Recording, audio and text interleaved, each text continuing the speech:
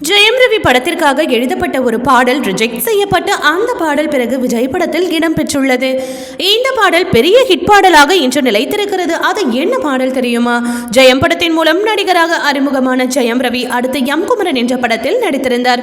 தெலுங்கில் ரவி தேஜா நடிப்பில் வெளியான அம்மா நானா ஓ தமிழா அம்மாயி என்ற படத்தின் ரீமேக்காக வெளியான இந்த படத்தை மோகன் ராஜா இயக்கியிருந்தார்.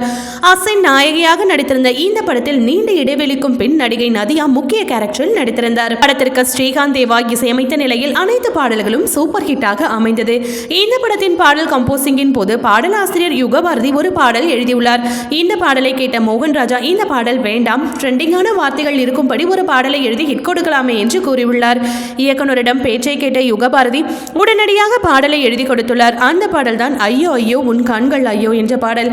இந்த பாடல் பதிவு செய்யப்பட்டதை தொடர்ந்து இசையமைப்பாளர் வித்யாசாகரிடம் இருந்து யுகபாரதிக்கு அழைப்பு வந்துள்ளது.